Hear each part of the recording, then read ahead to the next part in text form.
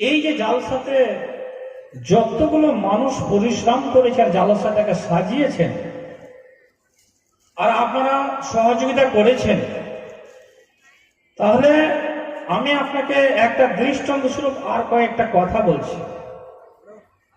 আমি বলেছিলাম কি যে এই কোরআন মাজিদ মানুষকে ছোট লোকই থেকে বড় লোক করে দিতে পারে, সম্মানী অসম্মানী থেকে সম্মানী জায়গাতে হাজির করে দিতে পারে। কেমন করে আপনাকে আমি বলি। আজ ভারতবর্ষের মাটিতে, অর্থাৎ শুধু ভারতবর্ষের মাটিতে নয়, সারা বিশ্বের মাটিতে কোরআন মাজিদকে নিয়ে কিছু এক দল মানুষেরা মনে হচ্ছে বিশৃঙ্খলা সৃষ্টি করেছে। তারা ছিনিমিনি, তারা নিজেকে লাঞ্ছিত ঘৃণিত হয়ে তারা নিজেকে এমন জায়গাতে নিজেকে তারা দাঁড় হতে যাচ্ছে যে কোরআনকে যদি আমরা মুছে ফেলে দিতে পারি, আমরা উড়িয়ে দিতে পারি, তবে আমরা নিশ্চয়ই মুসলমানেরাকে আজ আমরা পদদলিত, লাঞ্ছিত, ঘৃণিত, অপদস্থ করতে আমাদের অসুবিধা হবে না। কোরআন মাজিদকে মুছে নিতে হবে। তাহলে কোরআন মাজিদকে বন্ধ করে দেওয়ার জন্য, উঠিয়ে দেওয়ার জন্য আমরা কি শুনিনি যে মাদ্রাসা মক্তবগুলো যতগুলো প্রতিষ্ঠান রয়েছে সমস্তই প্রতিষ্ঠানগুলোকে তারা মুছে দেওয়ার জন্য জোরদার করে লেগে পড়েছে। তারা আজ নয়, সেই দিন থেকে, সেই যুগে থেকে তারা লেগেছিল। আমি আপনাকে বলি, ইউরোপ মহাদেশের মধ্যে একটা জায়গা রয়েছে। কি জায়গা?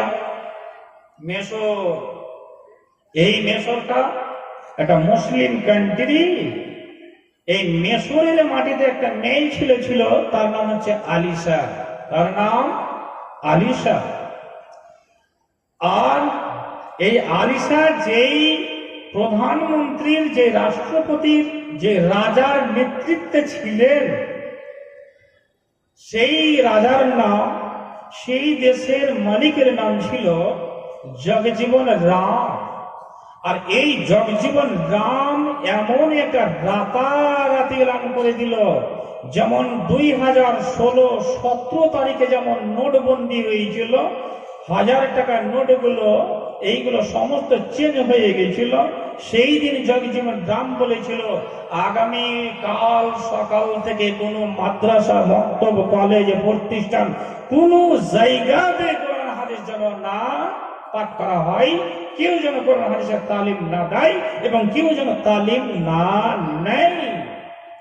এই কথা বলেছিলেন।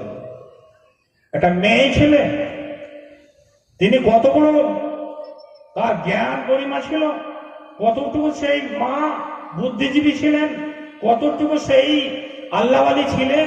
তিনি ভাবলেন, মানুষ যদি কোরআন ও হাদিস শিক্ষা অর্জন না করে তবে তো মানুষেরা অন্য করে পড়ে যাবে, মানুষেরা হালাল হারাম, মানুষেরা তো যাই না যাই, মানুষেরা হক না হক, মানুষেরা তো অসভ্যতা থেকে সভ্যতার যুগে আসতে পারবে না, মানুষের তো দেশে উন্নতি করতে পারবে না। তাহলে মানুষের ছেলে মেয়েরাকে মানুষ করতে গেলে তাহলে এই কোরআন মাজিদ অবশ্যই আমাদেরকে তালিম নিতে হবে, দিতে হবে। তিনি শুরু করলেন কোরআন মাজিদে তালিম নিতে, আর তালিম দিতে শুরু করলেন। এই যখন শুরু হয়ে গেল মাদ্রাসা মক্তব, সেই সময়ে কূটনৈতিক একটা লোক ওই বাদশার দরবারে গিয়ে বলছে, হুজুর, যতগুলো দেশের লোক আছে আমরা সবাই আপনাকে শ্রদ্ধা জানাই, শ্রদ্ধা যাপন করি, কিন্তু এই দেশের মধ্যে এমন একটা মেয়ে ছেলে নতুন করে কোরআন ও হাদিসের আবার প্রতিষ্ঠান চালু করেছে, আর ও মানুষের ঘরে ঘরে গিয়ে এই কোরআন ও হাদিসের দ্বীনের তালিম দিচ্ছে, দাস দিচ্ছে। খবর দেখেছেন?